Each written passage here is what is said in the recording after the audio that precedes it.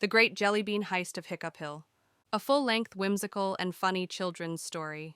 In the quiet town of Tumbledown, nestled between Marshmallow Meadow and the ever-wiggling Hiccup Hill, lived the most peculiar pig you'd ever hope to meet. Inspector Waffles McSnout. He wore a monocle, a trench coat, and absolutely no pants. He claimed they slowed his sniffing efficiency. Inspector Waffles wasn't just any pig. He was the only detective in town brave enough to tackle mysteries and mud pies without flinching. And on this particular morning, the Jellybean sun had just risen when... Sudden scream. Queen Tilly Taffypop. My jellybeans, they've been stole. The royal squirrel, who skated everywhere on tiny rollerblades and wore a spaghetti wig, had discovered the worst crimes. The Royal Jellybean Vault. Licked. Clean. Only a few clues remained: sticky, rainbow-colored footprints and a faint scent of pickle juice. Chapter 1. Sir Flapjack and the First Clue.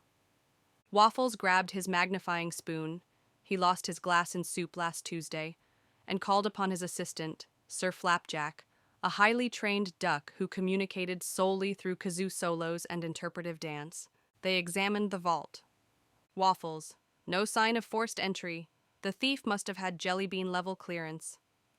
Flapjack kazooed something that vaguely sounded like, and so began their investigation. Chapter 2. The Suspect Shuffle.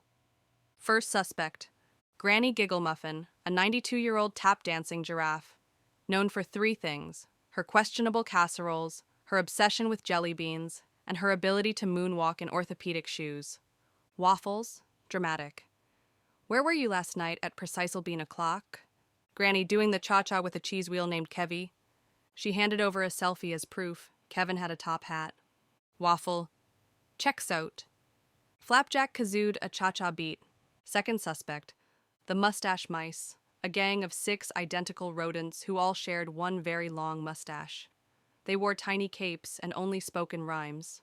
Mice, chanting, "We eat no sweets, we dine on spice, we read sad poems, we cry twice." Their alibi? Hosting a spicy noodle poetry night. Waffles reviewed the footage, lots of noodles, and one surprisingly emotional haiku. Waffles. No pickle juice, they're clean, and dramatic C. Chapter 3. The Pickle Clue. Stumped, our duo wandered back to Jellybean HQ, a shed shaped like a jelly bean. In his usual waddly flair, Sir Flapjack tripped over something large and squishy. It was a half-eaten dill pickle, with a bite mark shaped like a crescent moon. Waffles, gasping. This is the calling card of the pickle bandai. The bandit had been a myth, a legend, a menace with a green fur coat and a taste for chaos and condiments. Chapter 4. Operation Pickle Trap. It was time for a sting operation. Operation Pickle Trap. They left a glittering trail of jelly beans through the forest, past the bubblegum bridge, to a single jar of pickles on a trampoline surrounded by netting, cheese puffs, and glitter glue. Then, they waited and waited. They played Uno. Waffles lost twice and flipped the table. They napped. Flapjack composed a kazoo symphony. Suddenly, rustling in the bushes. Then splat!